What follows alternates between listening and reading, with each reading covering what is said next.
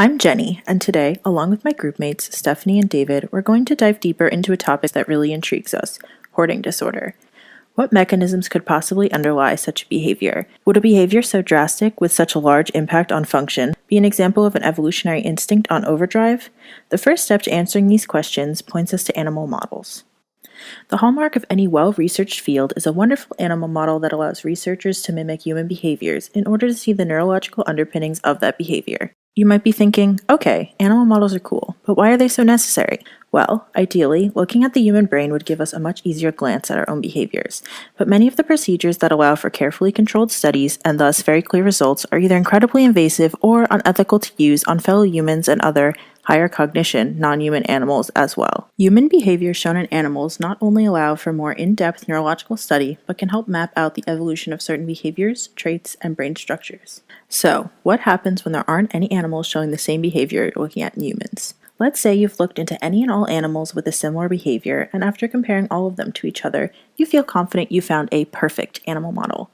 Everything is going great right up until you compare the neurological elements. Then you start to think, is this really a good animal model? If the behaviors are similar, is that enough? The fact of the matter is, no, it might not be. Animal models are great, but a part of why they work so well is because they are a match across most, if not all, aspects of a behavior. Just because the end behaviors look similar does not mean they are by any means the same. This is a problem that arises especially when the behavior in question is something distinctly human. And, it just so happens, this is the case for hoarding disorder. Hoarding disorder characterizes a distinct set of behaviors in humans.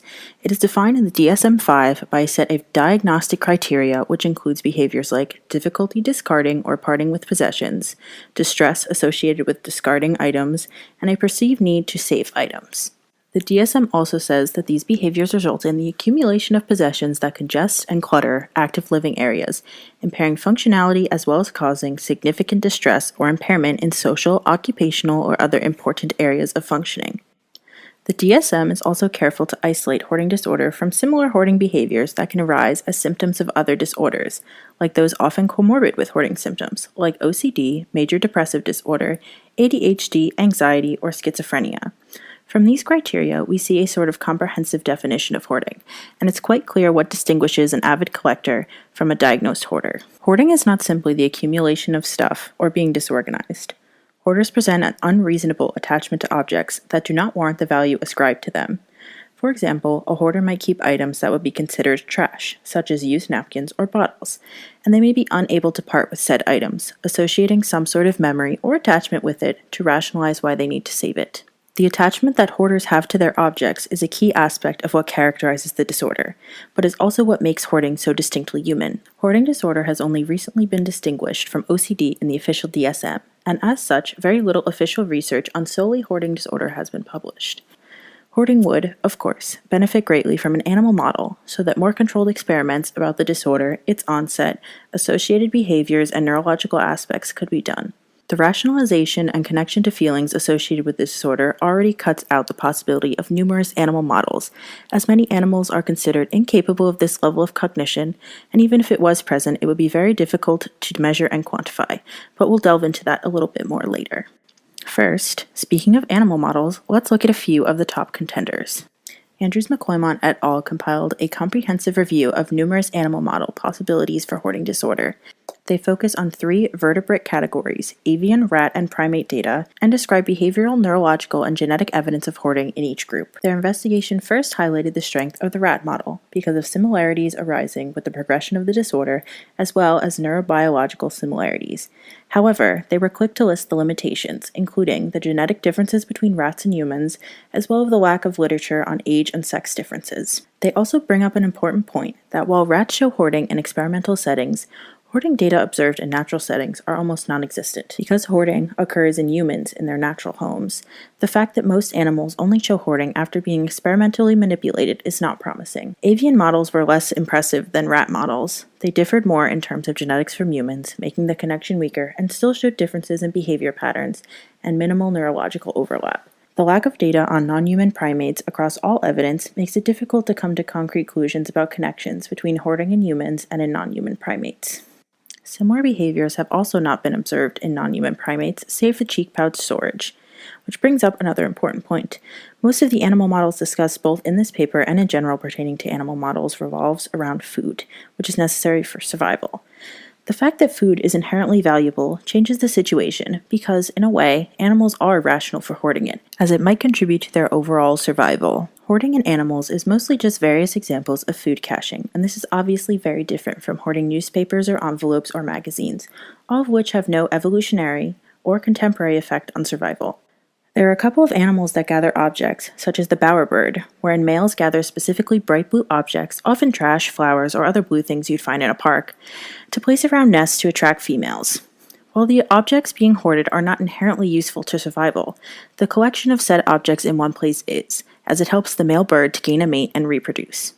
While this looks like hoarding, it's definitely more of an example of sensory bias, as all the objects tend to be blue, related to the mating preference of females. So, we've established the basis for why animal models are looking scarce for hoarding disorder, and now Stephanie will tell us a bit more about the emotional reasons as to why hoarding is distinctly human. Hi, I'm Stephanie, and I'm going to start off by sharing some stories from people who have hoarding disorder. Meet Melanie. In adulthood alone, she's accumulated over 20 teddy bears because they remind her of the teddy bear that was given to her by her mother when she was a child. Now consider Colin. Several important and beloved people in his life wore tweed jackets, so he came to love that article of clothing. Owning and wearing tweed jackets reminds him of those friends and family members, so naturally he now owns over 300 tweed jackets. Or take Tom. This eggshell is from when one of my chickens produced an egg for the first time. I don't care if it breaks. I'll keep the pieces. Each of these people have some feelings for the objects they've chosen to collect, and it's these feelings that further complicate the task of finding an appropriate animal model. In order to understand why, we need to understand what feelings are and why humans are unique in experiencing them. Antonio Damasio, a neuroscientist, puts it this way. Feelings are perceiving the body as being in a certain way. We do this using body states and mental maps. Body states are just what they sound like. They are the literal physiological condition the body is in. In turn, mental maps are a neurological mechanism of tracing body states into neural patterns.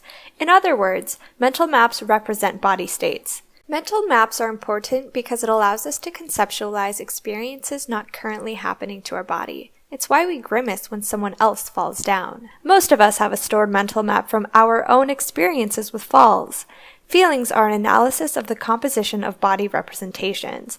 If our body representations are in a good state, we feel positive things. Feelings can become increasingly complex, allowing us to synthesize information and experiences across time and space, helping us to navigate our complex lives. It's how we empathize with others and store meaning from different experiences. Some people experience stronger feelings for less salient cues, and this is what happens during hoarding. Remember Tom and his eggshells? The eggshell is a cue that invokes the mental map from the first time his chicken had eggs, which undoubtedly triggered very strong positive feelings. Now, similar feelings can be invoked just by being near the shelves. Most of us have a couple sentimental objects, old concert tickets, a newspaper snippet, but we are more selective with what objects will invoke feelings. Those who struggle with hoarding tendencies create object attachments with almost everything. Non-human animals, on the other hand, don't create the same feeling bonds with objects. It's been debated whether non-human animals feel at all, and we'll let you decide where you fall in this argument, but there is little evidence that non-human animals use the same mental map, feeling, process that prescribes emotional valence to essentially useless objects in the way that humans who hoard do. To show this, we need to get a little more detailed. My partner David will provide the neuroscientific evidence. Hello, my name is David, and I will be discussing neuroscience. As Stephanie just said, Damasio argued for the importance of a neuroscientific perspective in order to understand feelings and emotions. So, since hoarding disorder, as we argue, is unique in humans due to emotional attachment and feelings playing a vital role in its symptoms, as shown by the personal stories of hoarders, then we must also look at the relevant neuroscience.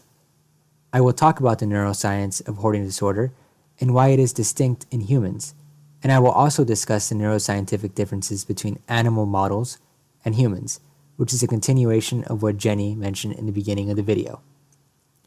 Firstly, I will go over some similarities seen between humans and animal models. The first brain structure that I will go over is the medial prefrontal cortex, which is involved in personal and social decision making. It also has a connection to the amygdala, which is most prominently implicated in PTSD patients.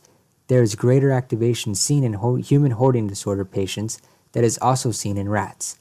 However, in rats, this structure is thought to control the ventral tegmental area, which is involved in addiction.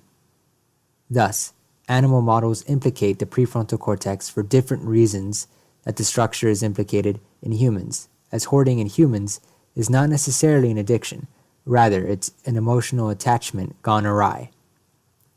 Additionally, in a study by Ann et al. 2009, OCD patients with prominent hoarding disorder symptoms were shown pictures of commonly hoarded objects, such as magazines and toys.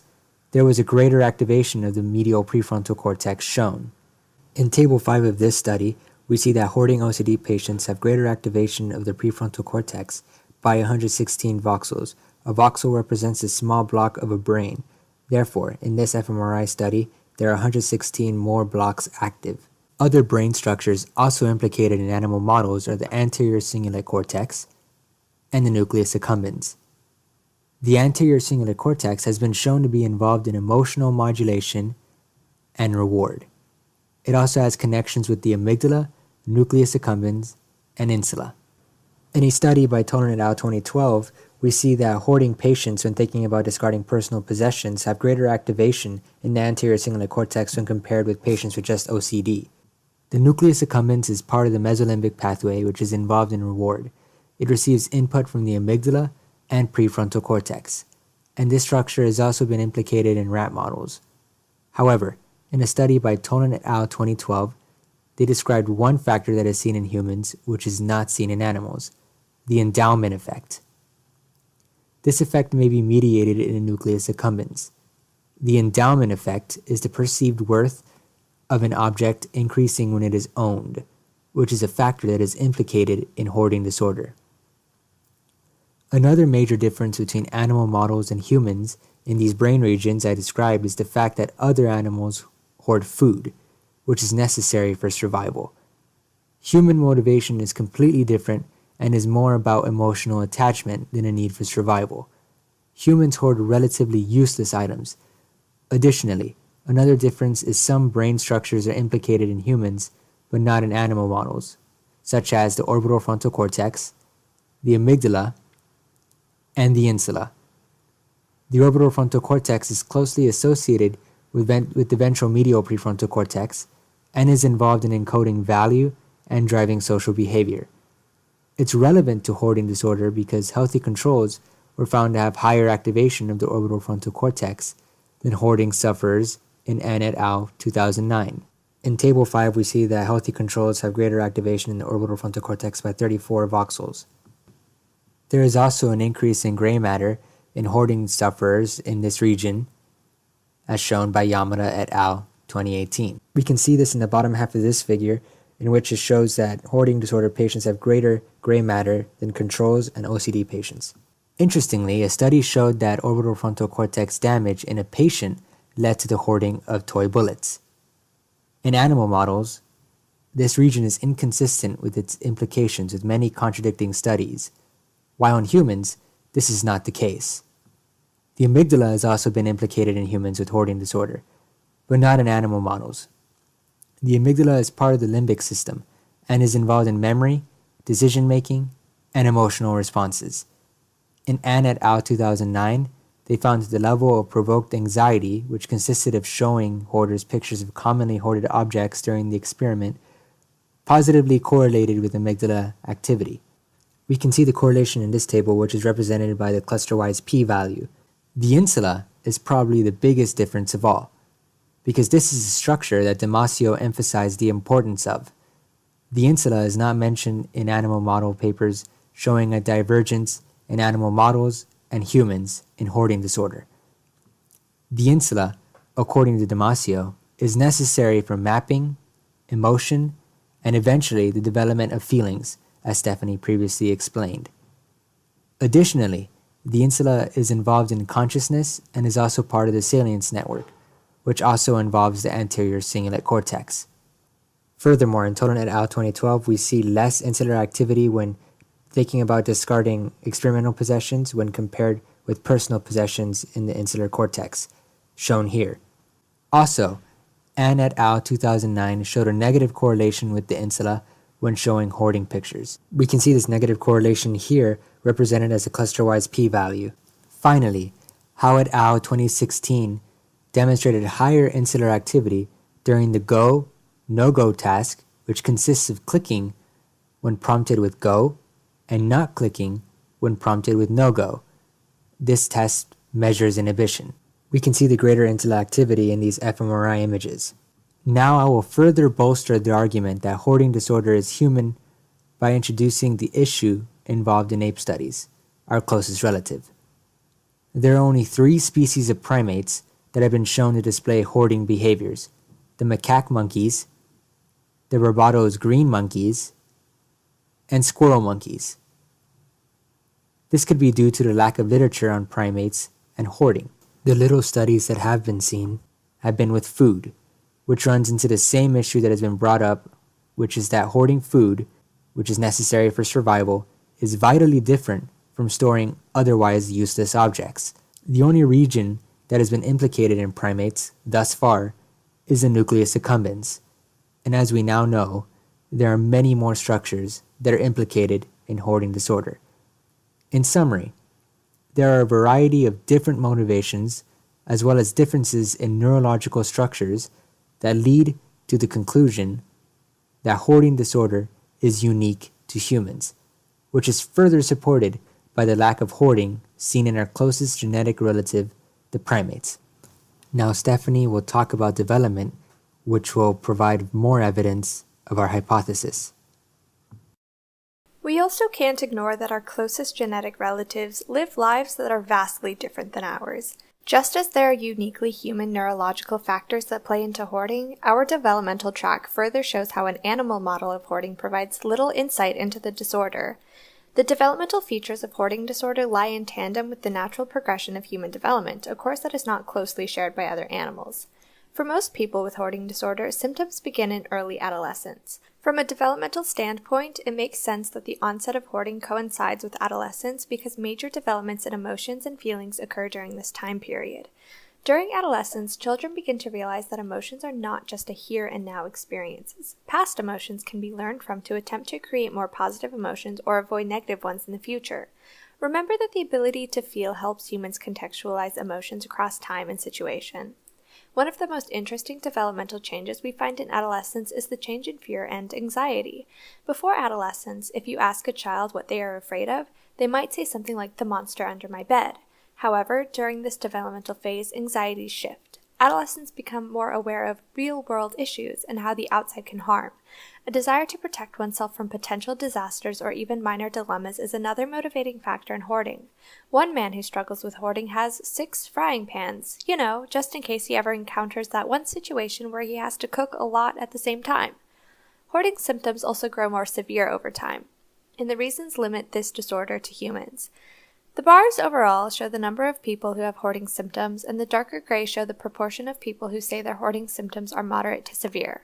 The bars decrease in height with time because as people get older, it's more likely that they stop living and can no longer be sampled for research.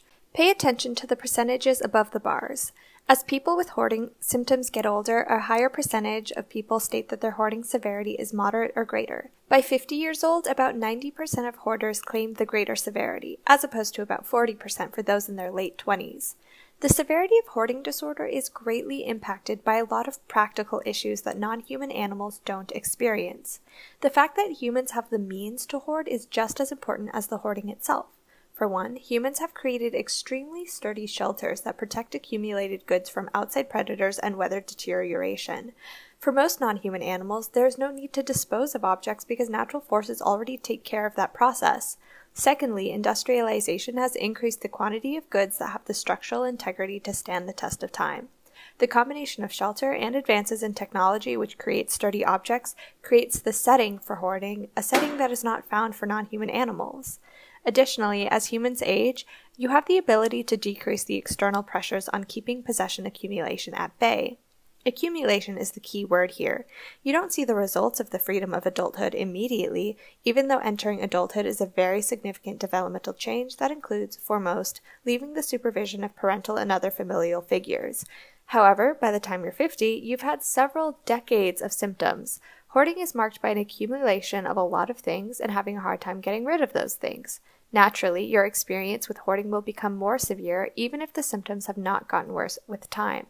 Non-human animals do not share the same life trajectory in which hoarding can be perpetuated. Even animals that live several decades have their hoarding tendencies limited by external forces. This, combined with the limitations in emotional development, animal models simply do not provide enough insight into the very human manifestation that marks hoarding disorder.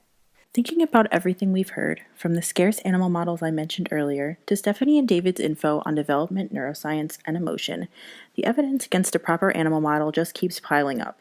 And thinking about Damasio's thoughts on feelings and emotions, we have been given evidence that the key factors in hoarding may be distinctly human. So, how can we actually investigate hoarding? If we want to trace the evolution of hoarding, which seems so distinctly human, the first logical step would be looking into human history and not only seeing the first recorded cases, but also seeing how the behavior has changed and manifested itself over time. Researchers Frost and Stickety are prominent in the field of hoarding and have compiled a timeline of hoarding which is very useful. They first noted that hoarding behaviors developed as civilization grew and spread, perhaps because of the increased documentation or perhaps because of social changes.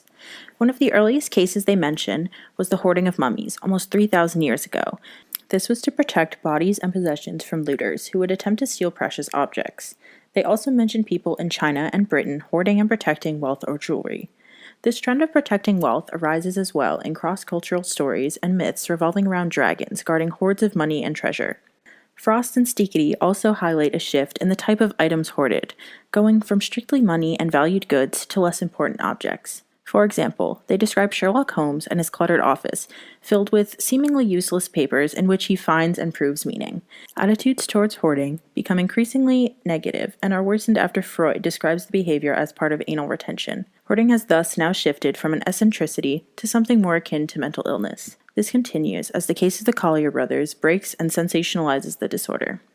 The brothers lived in New York City, and after one was blinded, the other began to take care of him and began hoarding their house as well, eventually filling the house wall to wall with papers and clutters, until the water and heat were broken and the brothers were trapped inside, both of them eventually being found among the waste by police called to the scene. This turned hoarding on its head. No valuable objects or knowledge was stored in the house, just what people would consider garbage, in an abundance so large that 2 men died trapped by the filth. From then on, hoarding has been seen as fascinating but simultaneously disgusting. So what's to be garnered from this human history? It's difficult to say, but the progression from the behavior associated with valuable items for human survival to trivial items is interesting and purports that perhaps hoarding has undergone an evolution, influenced by the changing scape of human society and the value we place on man-made items. In the end, hoarding disorder is hard to pin down, but based on all the evidence, it doesn't seem like there will be an animal model to display it anytime soon, if ever. Hoarding relates to distinctly human relationships with man-made objects and distinct forms of emotion and attachment that we just don't or cannot possibly see in animals. Perhaps earlier forms of hoarding were more related, but what we see now is certainly different and plays on too many human traits, behaviors, and ways of life to even compare to an animal in a lab.